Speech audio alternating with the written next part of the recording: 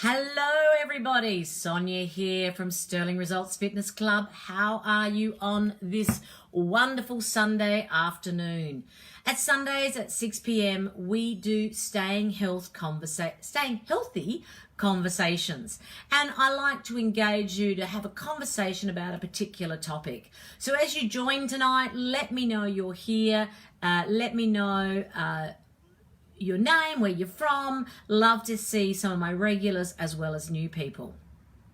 So even if you don't tune in live and you hear this a couple of moments later or a couple of days later, great to get your feedback and your conversations, because this conversation can happen throughout the week or as you engage with this video. So Sterling Results Fitness Club, we are based in Sydney.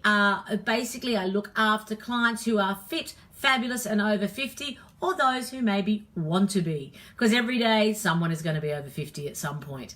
So we offer personal training, stay fit and health fit classes, including yoga and boxing. I also take people out every weekend on fabulous hikes, and that's our topic for tonight, on fabulous hikes in Sydney. And for the adventurous in us, I offer weekend getaways, whether they be for a weekend or a week, local or global. So we'll talk about those at some point in the future. But right now, today, we want to talk about the benefits of hiking. So I've put myself in a position, and I might do this each week because it's a bit better light than last week. But a couple of the photos I might have had from particular treks around me. So this here is the mighty Everest, a photo I took on Mira Peak. So Mira Peak is not actually a hike, it's more of a trek. And the difference between trekking and hiking is one's just a little bit longer than the other. But there are some amazing places around the globe that you can go to if you enjoy the benefits of hiking. And a little point out there is a painting my sister-in-law made for me a couple of years ago, where she took one of my photos of my Mira Peak exploration and created that. So that's a beautiful memory cell there. Hello to those who've come in. I'll just put my glasses on if maybe I can see your pictures. Hello Paula, how are you? Another one of our hiking fans. So tonight's conversation, and as I say, staying healthy conversations, is about the benefits of hiking. So I'd love to see some engagement from the audience to say what your views are and what you find as the benefits as I go through this. I've just spent a glorious weekend down at Mollymook, and I did a hike down there, of course, to Pigeon House Mountain, which, if you haven't done it, it needs to go on your bucket list. It's a really great hike, and we'll cover that off later. And I know today in Sydney, we had the Seven Bridges Walk, and there were quite a few people I know who attempted that. So if you tune in and you did that today, congratulations, because the Seven Bridges Walk is a 27-kilometre walk around Sydney. Some of it in the bush, a lot of it on the streets, but 27 Ks over some of the most magnificent bridges we have in Sydney. So if you did that today, well done and congratulations. Maybe even jot down what you did do today. I know that some of you have had a lovely day on the water. I suspect others of you have been out walking, hiking, golfing, perhaps even having lunch, and that's okay too. So let's know about your weekend. So benefits of hiking. Now we probably already know about the fitness stuff, and I'm going to cover that in quite some detail a little bit later on. But what are some of the benefits that hiking brings? And I'd love to get your feedback and your commentary on that as we go through it. Because hiking is not just about the walking, because you could do that in a street. You can go for a 5K walk around the house, around the block. Hiking's about, for me, it's about getting out in nature. That might be in a national park, it might be in a bush setting, it might be on a trek somewhere or a trail somewhere, and it's getting out in nature and really immersing yourself in nature. So what can be some of the added benefits by doing that? And to be honest with you, one of the most important ones I see and actually really believe in is the ease of your stress levels. So one of the benefits I find that when you're getting out hiking and you're in that beautiful nature is your whole stress level goes down. Paula's just written here, it's her form of meditation. That's that same format. You get out in the bush. You can keep going, Paula, on your commentary, because that's great. You go out in the bush and you just zone in. And you don't have to talk to anybody either. You might be in a group, but you can actually walk on your own, and you can just feel in fact, the trees come into your being. They actually say, and I've written it down here, they actually say that there's these essential oils that come out of the trees, and they actually produce relaxation, and they improve your stress management. And we obviously know that if you improve and you have less stress, then you have less anxiety, less depression, less anger. You go back to your work week feeling fantastic. There was a study in the US. I've got the name here, Jay Stern. I can send you the link. But they said that they're actually using a lot of the mountain hiking or hiking in the bush to really help people with depression. And to me, that's a wonderful thing, because we feel it all the time. We hikers, we go out there and we get this absolute sense of glory and beauty. And we don't feel depressed. But for those who do, maybe hiking is a great way to ease that stress, ease that anxiety, and help you with your flat moments. So that to me is one of the most important components of hiking, is to ease stress levels. What would be a second one? So I put down here, improve your cardiovascular fitness. Let's get straight into fitness. It is so good for fitness. So some people love going to the gym. Some people love running. Some people love canoeing. Some people love getting out on the water and doing kite surfing. You can do whatever makes you happy. But by the way, hiking is a great way of keeping fit. It's a great way for getting your heart rate up, because hiking involves usually some lovely little hills. So if you're lucky enough to find a hill on a hike, you're going to pound that heart. And if you push your heart a little bit harder every day, you are going to improve your cardiovascular fitness. So it's a great way of getting your steps up. It's a great way of getting your heart rate up. It's a great way of working all your glutes. We'll talk about that. But for your heart, absolutely, cardiovascular fitness will increase through hiking. I know when I take my clients out, and if any of you dial in today, give us the feedback. But when I take clients out hiking every week, we go out each week, and I hear from them all the time. I went out with you the first week, Sonia, and by the time I've got to the 4th or 5th week, I can feel I'm actually finding walking up hills so much easier than it was when I first started. And so with my program, I often get people to start on a junior hike or a starter's hike, and then we might revisit that in a few weeks' time or a month or 2 times, and they go, my goodness, I cannot believe how easy it is for me to walk up hills. So just in a matter of weeks, by coming out once a week hiking, you will improve your cardiovascular system. So that's a really great benefit. Again, finding the hike that is of the right quality for you. So you don't always have to start going and doing the Barrow to Cowan walk. By the way, the Barrow to Cowan hike is about 17 kilometres, and it's probably one of the harder ones we have in our little foreshore of Sydney. You don't have to start with that one. You can start just doing a nice 2K hike. Even there's one over here in Castle Craig on the lower North Shore, and that's a great way of getting you started. So there's hikes for everybody. Pigeon House Mountain. If you're still watching, Paul, I know you asked me about that the other day. Such a great hike. It is straight up for 3 kilometres. So it's about a 400 metre elevation from where you start, and it's about a 3K walk. There is a small section that is flat, but otherwise it's straight up, super steep, flat, and straight up, semi-steep, and then a bunch of ladders to go up at the top. So that one absolutely put my heart rate. By the time I went up, played around at the top for 15 minutes, which means I had a resting heart rate, and then sprinted down the bottom, as in walked fast. I kept an average heart rate at 148 beats a minute. So that meant I worked my heart for 2 hours at quite a good rate. So, hills will really help that heart rate. So, number 1, get that stress level under control. Number 2, improve your cardiovascular system without having to go running. Number 3, it burns more calories. So hiking, hello Peter, lovely to hear from you tonight. Burns more calories. So hiking is a great way of doing low impact high value cardio burn. So you can go out, as I said, at different paces, on different hikes, at different levels. But if you go out for a 2-hour hike and you've got all these boulders, you might be lifting your legs over, you might be climbing up a small hill in there, and you might be doing some different maneuvers, you're actually going to keep your heart rate going. You're going to burn more calories. I did a comparison once. I actually did an exercise program in the gym, and I did a hike, and I compared my heart rate and my calorie burn during the two programs.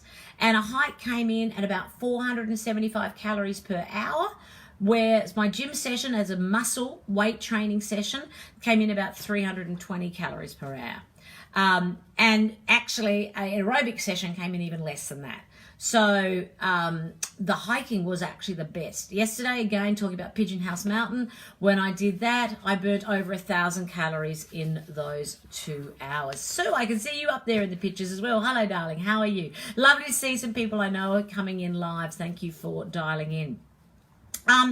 So we've talked about it's great for your mental health. It's great for your cardiovascular fitness. It's great because it burns calories. So there are 3 real good reasons to get out hiking. The 4th one is it tones the whole body. Tones the whole body. And that is so important because what sort of exercise can you do that is going to be good for your joints, good for all your body parts, but not too hard. Like you're not having to run at the gym, go on the treadmill, mix with people that are going to be doing burpees and crazy stuff.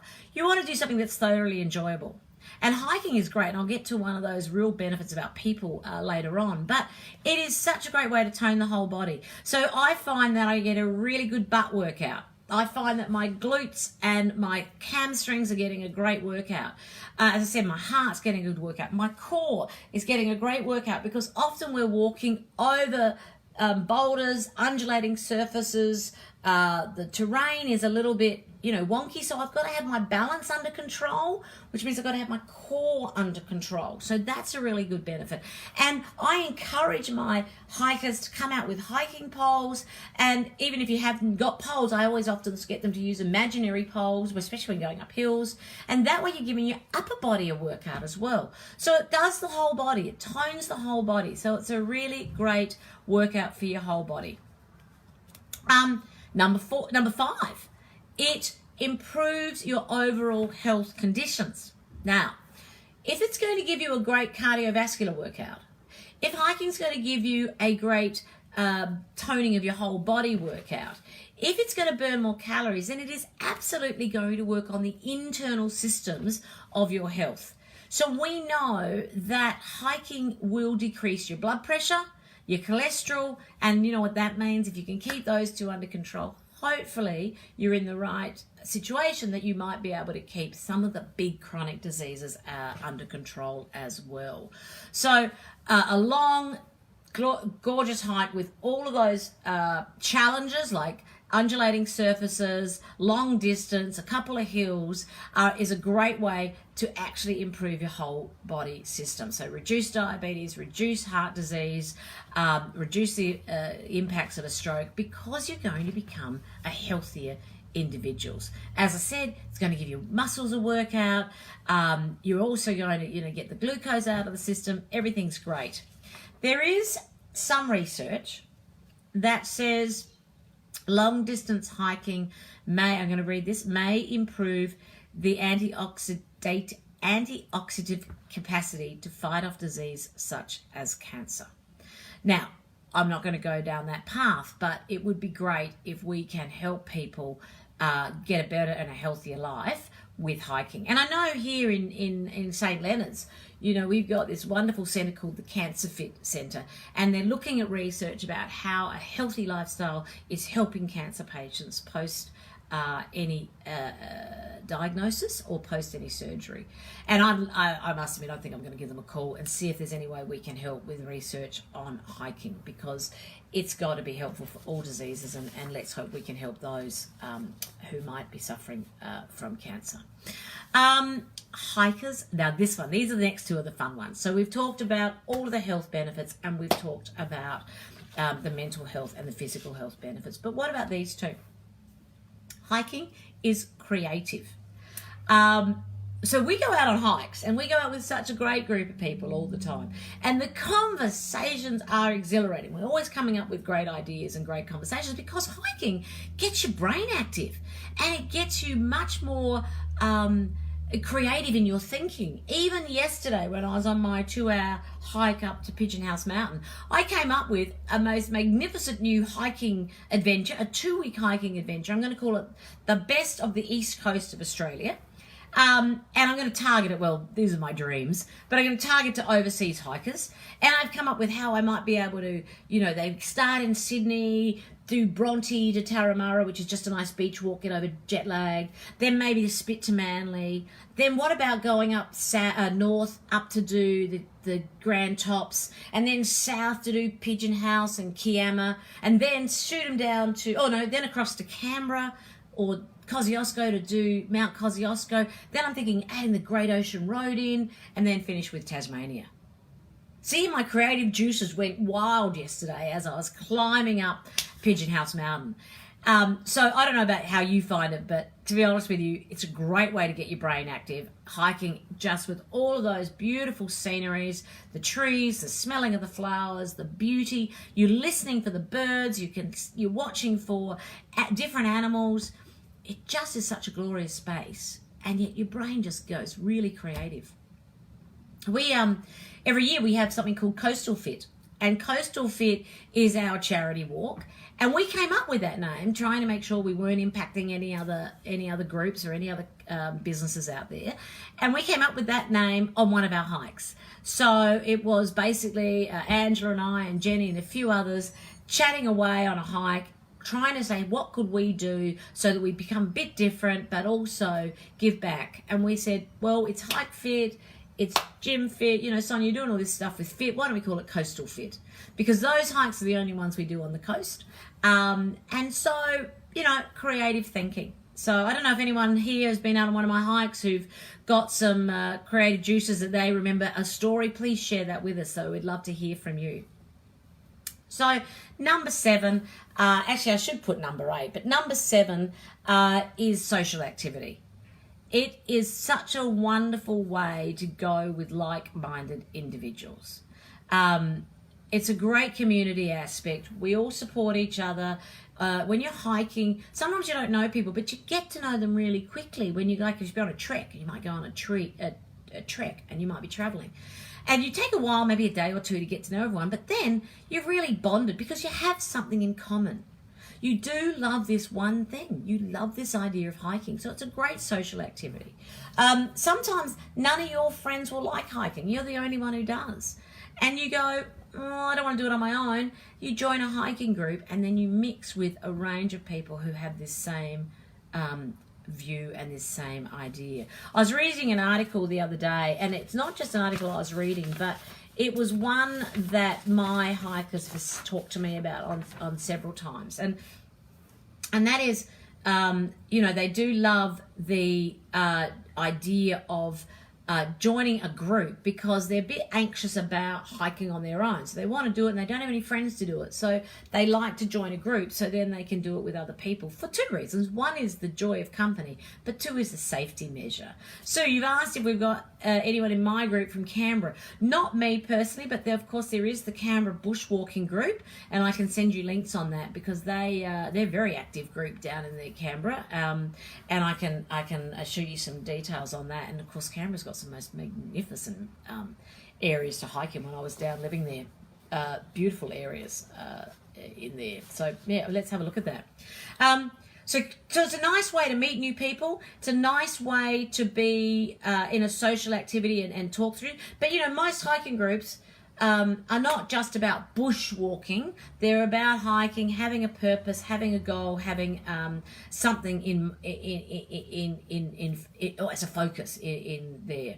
So if you're interested in hiking and you don't have a group, maybe I can give you some ideas. I know some great people in Queensland, Victoria, Not sure about South Australia, but yes, I do. I know another good group in South Australia. I've got one here in Sydney, and there's trillions in Sydney.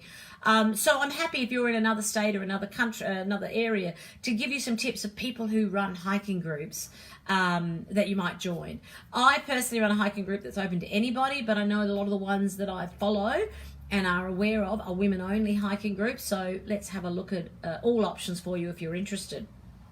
So my 7 benefits are: reduce your stress levels, increase your cardiovascular fitness, give you an overall total body workout, improve your internal health, burn more calories.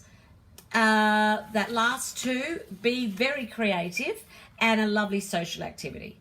But one more, if you do love the outdoors and the senses, just the ability of when you're walking, and mostly in our national parks, is they're beautiful. It gives you such wonderful sensations to your senses, wonderful feelings to your senses, because like yesterday, I'm looking at some of the most magnificent flowers. I'm seeing some of the most beautiful rock formations. Sometimes we're walking and we've got beautiful water views as well. You're listening. Yesterday I saw a lot of wombat poo, and it was cute because the wombats have been on the path way before me. Or you hear a rumble in the grass, and it could be a kangaroo or a wallaby. It could be a snake. It could be a little goanna. In the distance, I heard the lyrebird sing, and then you're surrounded with different birds. On one of my hikes, I always stop at one particular spot in Lane Cove because I call this the lorikeet tree, because usually when we stop, in come the lorikeets. Seeing the yellow-tailed black cockatoos or the red-tailed black cockatoos in certain parts of Sydney, just observing the birds, observing the flora and fauna, it's just magnificent. So to me, that is an absolute blessing, and that would be my 8th benefit of hiking. So once again, if you've been dialing in or you've revisited this conversation, share with me your stories on what you think are your top benefits of hiking. And I just want to end with what are some safe tip hiking experiences. And as I say, happy to share different hiking groups to everybody if you're from different areas, either in Sydney or interstate or overseas. So you want to get into hiking, but you want to do it in a safe manner. So what are the safe, enjoyable hiking what should you do to have a safe, enjoyable hiking experience? So I first highly recommend wearing hiking boots or shoes. You can, on some hikes, get away with a trail runner, but it's not such a good idea to wear your gym shoes. You would be better if you could build up to having some hiking shoes. Just seeing if I've got any close by. They're going to be much better for your ankles, your stability, and especially if your hike has some undulations on it. They're going to give you better grip on rocks, and if it's wet, they're going to be moisture protective. They're going to be waterproof. So hiking shoes. I recommend poles. Poles are vital for your heart as you go up hills, for your knees as you go down hills. So if you've got any issues with knee issues, or you're carrying a little bit of weight, then sometimes your knees are impacted.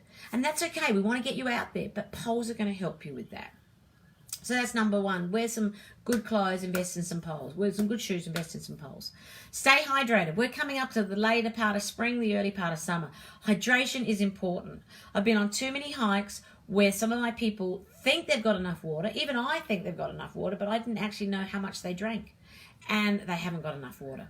Normally in my hikes, I will take, not only with my first aid, I'll actually take a couple of extra litres of water, simply because if you run out, it's better to have one ready to give you. So always stay hydrated. And I also recommend using some electrolytes, especially in summer.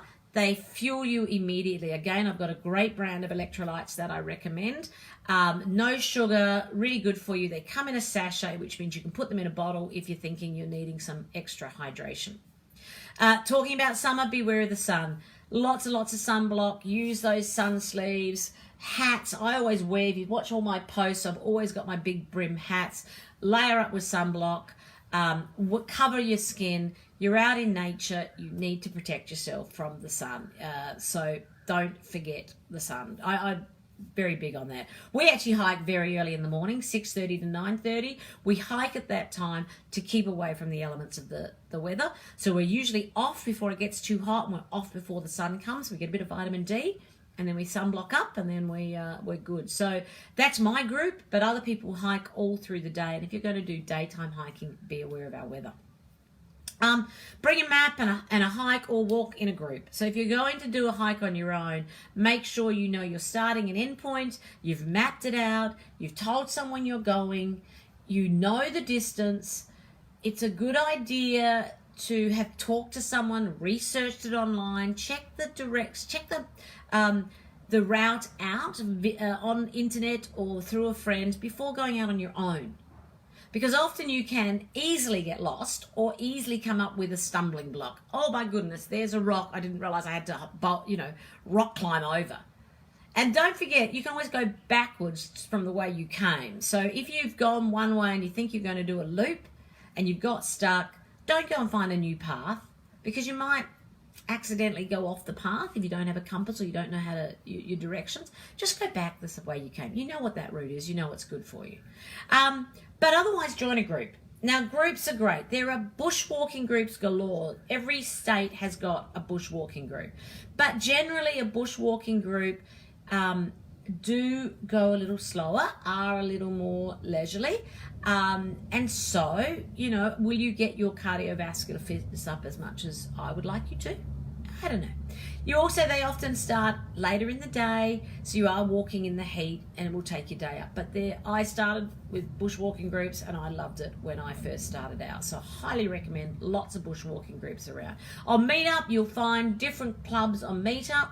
And then there are the organisations like myself where we take it from a fitness point of view, where you're getting a fitness coach, someone who's trained in fitness, certified. They're also trained in trekking and hiking. Most of us who lead the professional services hiking groups have climbed many high altitude mountains. We've done a lot of trekking, a lot of mountaineering. We understand what it means to hike. We've done multi-day hikes. We've done multi-kilometre hikes. So, I've done 100K hike in one day. I've done 25-day hikes in Nepal, in Peru. I've done a lot of our Australian hikes. So, and of course, I design my hikes in my hiking group so that I know if you're at the level 1 or a level 15, I can tell you the terrain, I can tell you who should go and how it should be, etc. So a professional hiking group is going to take your fitness into consideration, and there are a range of companies like that. Plus, we're all trained in our professional group into wilderness first aid. Most companies, I think you'll find, because we're going to charge you a fee for your hiking, and bushwalking clubs don't. So we take it professionally. So I have a certification in wilderness first aid. I go off to the bush for 5 days, and I learn all about how to rescue you and all those mountain bikers who fall off their bike when they go over a cliff and they break their pelvis. So we can fix you if something goes wrong.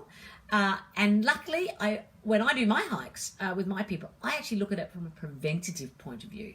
So I will go out and I will do things and say things so that we prevent accidents rather than react to something that might happen. So that's certainly one of the benefits of the professional hiking groups. And as I said, you'll see those. I know groups in all of our states that I can connect you with. So they're my benefits. I look forward to getting some feedback online from anyone else in terms of your benefits, of what you think are your benefits of hiking. And while I'm here, I might just give a little plug as well, if I can, for two or three things I'm lining up for next year. So if you're interested in this, there's plenty of time to get you trained. So with my treks, now treks is a multi-day hike. With my treks, I've got a few lined up for next year I'd love to take you on. One is the big 22-kilometre hike to Mount Kosciuszko via the main range. So it's a full-day hike where we hit the top of Mount Kosciuszko. We stay overnight for 2 nights in Jindabyne, have a great social, my hikes are all about social, have a great social evening before the hike, a great social celebration afterwards, and do the main range of Kosciuszko. So that's in January, about the 19th. A month later, I want to take you down to the Three Capes in Tasmania. The Three Capes is a magnificent 4-day hike. I line it up and also add in a gin making course. We pop off to a winery at the end, a day in Bruny Island. So I call it the Gastronomic Tasmanian Trek. You'll find both of these on my website. I have that as a 6-day adventure. We can customize it if you have some challenges with timing, and the training is always included in the price. So I actually incorporate a training program for you, whether that be locally in Sydney or a virtual program if you are interstate. That is a 4-day hike. It is a really nice 4-day hike, not too hard, but not too easy either. So it's a little bit challenging for you, but certainly the 4 days in Tasmania hiking the Three Capes is one of the most beautiful areas I've been. I've done it 3 times with clients, and I can't wait to get back. Hi Mel, how are you? Love to see you today. And you did the 27Ks today. Oh my God, hope you got a glass of wine in your hand. The third one I've got is actually down where I was today. It's our Coastal Fit hike where we raise money for charity, and that is the Kiama to Gerringong hike. And I'm going to add in Pigeon House Mountain. So we're going to go down Friday, do Pigeon House Mountain, come back, stay Friday night in Gerringong, do the Kiama Coastal Walk on Saturday, have a celebration Saturday night, and come home on Sunday via, the beautiful coastal drives, etc. There's also another walk called Carrington Falls, which for those who are tempted, we pop in and do that on the Sunday. So the 3 treks and weekend getaways, Australian getaways I've got lined up for next year are Kosciuszko, the Three Capes down in Tasmania, and the Kiama Coastal Walk. All details are on the web. And the 4th one, if I can get you and tempt you, I would love to take people to my beautiful Nepal in April. You can only go in April and October. If you're interested, send me a note straight away. We did it last year. I might even put the feedback back up. The feedback of that trek was wonderful. People really enjoyed it. It was a challenge, yet a glorious experience at the same time. That's only 6 months away. If you want to do that, we're going to have to move on that pretty quickly. We need at least 3 months of training. So I hope you've had a wonderful weekend. I hope you enjoyed, Mel, your 7 bridges. Sue, thanks for joining us on this conversation as well. To Paula and Peter and anyone else who I didn't see your name off who joined us this live, thank you for dialing in live. For those who are going to catch me post, thank you for listening. I'd love to see your feedback on the 7 benefits of hiking. I'll put it up in the post later. You can check out our hikes on sterlingfitness.com.au as well as Meetup. And loved the 7 bridges, Sonia. Yes, she's a strong girl. 27Ks. And actually it was a beautiful day for it, I bet. So I hope you have a lovely evening. And in my signature way, it says, Sonia Ray, have a sterling day. See you guys. See you next week, Sunday, 6 p.m. Staying Healthy Conversations.